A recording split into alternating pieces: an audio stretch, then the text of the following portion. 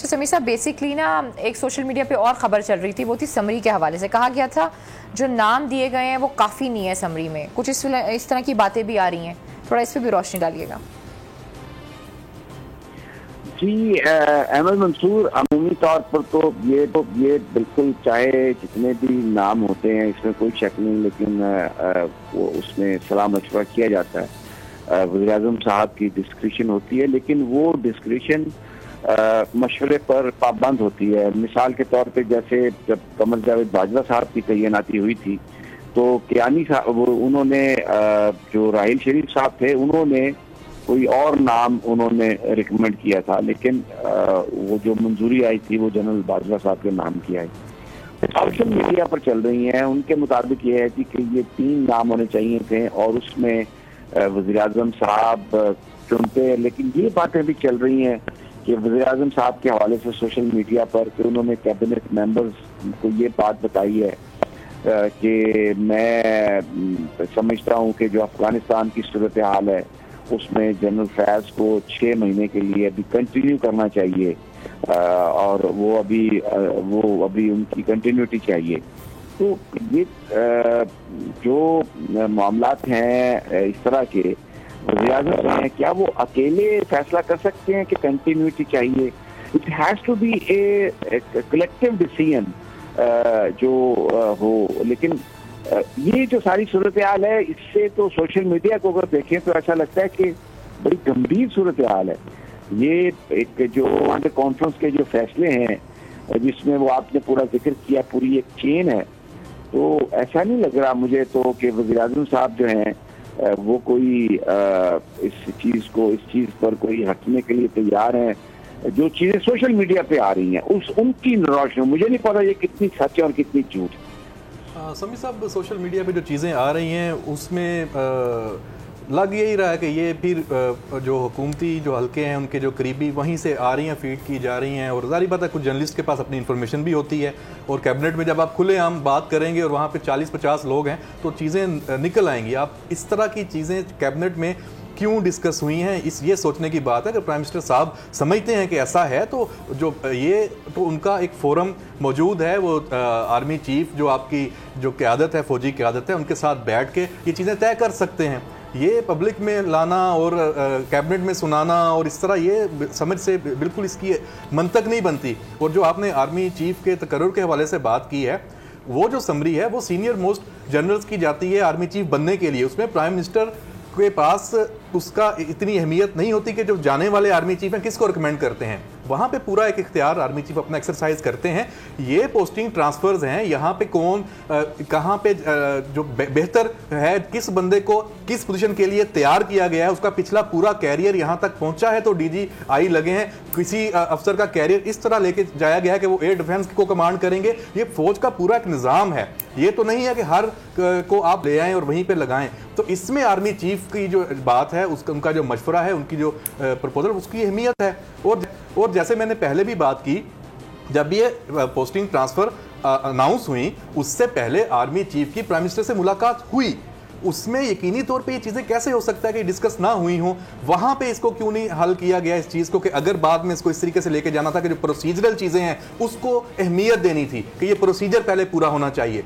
जबकि प्रोसीजरल जो चीज़ें हैं, नोटिफिकेशन जारी होना फिर बिल्कुल ही मामूल की बात है। अगर 2 बड़े हैं, उनके मीटिंग हुई है, उसके बाद पोस्टिंग ट्रांसफ़र अनाउंस हो गए हैं, फिर ये चीज़ें जो हैं ये बनती नहीं है। इसीलिए इसको हम चाय की प्याली में तूफान सोशल मीडिया के जो लोग कर रहे हैं उनके ऊपर नहीं डाल सकते। हम मुबर्रा नहीं हो सकते अपने आप को डाल के। ये चीज़ें यहाँ तक नहीं आनी चाहिए थी। बार बार मैं इसलिए कह रहा हूँ कि ये आई हैं, इनसे नुकसान हुआ है और इस नुकसान के असरात जो हैं वो सामने हैं। और अभी तक, अब जब तक नोटिफिकेशन अब नहीं होता, अब यकीन भी कोई नहीं करेगा कि ये आगे बात कहाँ जाती है।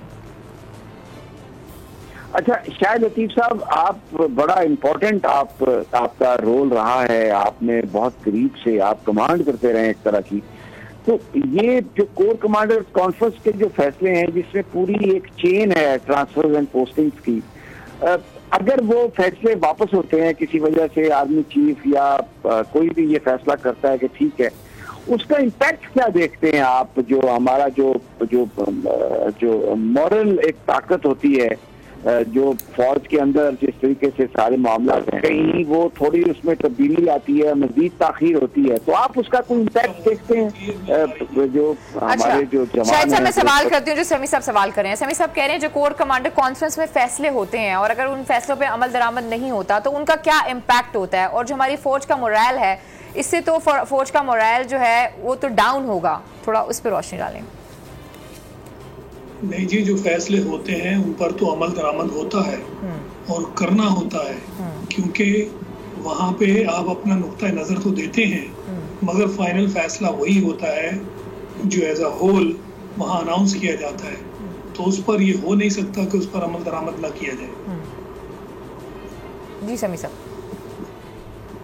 ठीक हो गया। अच्छा अमल, तो फिर अपना ये अहमद मंसूर, ये बड़ी एक इम्पोर्टेंट बात मास्टर साहब ने कि जो फैसले हो जाते हैं, क्योंकि जो मेरी अंडरस्टैंडिंग है ये जो सारी ट्रांसफर पोस्टिंग हुई, ये जो आला सतही जो इजलास था उसमें ये सब चीजें एग्रीड हुई और ये कोई जनरल कमर जावेद बाजवा का इंडिविजुअल फैसला नहीं था, इसमें सारी की सारी जो आर्मी कमांड है वो शामिल थी और ये सारी पोस्टिंग ड्यूज भी थी, है ना, ये बता रहे हैं, ड्यू थी ये सारी की सारी, बिल्कुल शामिल थी और पता होता है और उसमें अदारा जाती डिसीजंस हैं, लेकिन इसमें आर्मी चीफ है और वो उसने ही वो असल कप्तान है, उन्होंने डिसीजन लिए हैं और कोर कमांडर्स ने बैठ के सारी चीज़ें देखी, उन्होंने तो फिर ये देखा कि आगे चलना कैसे है, इस वक्त के जो हालात हैं उस पर बात होगी, जो मुल्क को चैलेंजेस हैं उसमें सारी बात होगी कि सब ने जो जहाँ जहाँ है उसने करना क्या है।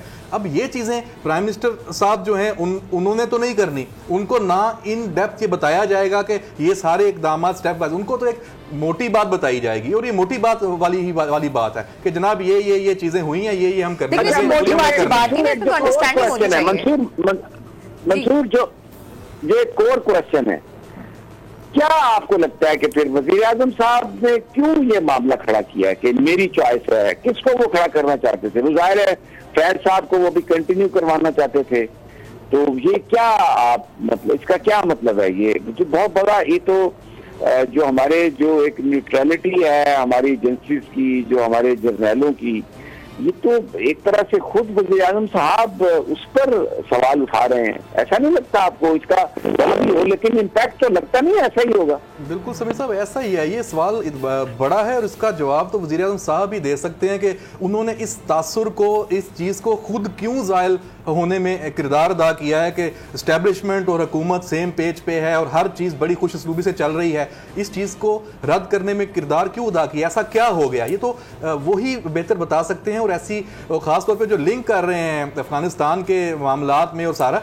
ISI इदारा तो नहीं चला जाएगा जनरल फैज हमीद साहब के साथ पेशावर, वो तो यही है, वो स्ट्रक्चर सारा यही मौजूद है, फैसले यही हैं, उनका पूरा जो निज़ाम है यही है, जो नए जो कमांडर उसके आएंगे वो इस अदारे को मजीद आगे लेके जाएंगे। तो अदारे में जनरल साहब जब यहाँ पे आए थे तो ISI तो पहले से था ना, तो उन्होंने इनको सपोर्ट किया, सब मिलके एक चैन की तरह चलते हैं और सारा। तो ये तो कहना कि जब चेंज आएगी तो जो आपकी पॉलिसियां बिल्कुल बदल जाएंगी और सारा वो बड़ा कोई नुकसान हो जाएगा, मैं नहीं समझता कि ऐसा है, बल्कि इससे बात और आगे जाएगी। और ये तो इस सारे मामले में, इन अदारों में ये एक आम मामूल का मामला है ट्रांसफर पोस्टिंग। कहीं ऐसा नहीं होता कि आप शख्सियात को अदारों पे आप मुंसलिक कर दें कि वो यहाँ नहीं होंगे तो बड़ा नुकसान हो जाएगा। तो ये तासुर जो है ये बजाते खुद भी कोई अच्छा तो नहीं है। जी समीर साहब, आपका मतलब है कि ये सारा एक बड़ा डेट्रीमेंटल होगा और ये जो हमारी यानी जो एक इदारा है, इससे तो ऐसा लगता है कि इदारे की कोई हैसियत नहीं, यहाँ पे जो वो मैटर कर रहे हैं। अच्छा, इस हवाले में मंसूर आपने कोई जनरल फैज हमीद साहब के हवाले से भी कोई बात सुनी? वो उनकी क्या पोजीशन है, वो क्या कहते हैं? सब्सक्राइब करें और बेल दबाएं ताकि कोई खबर रह न जाए।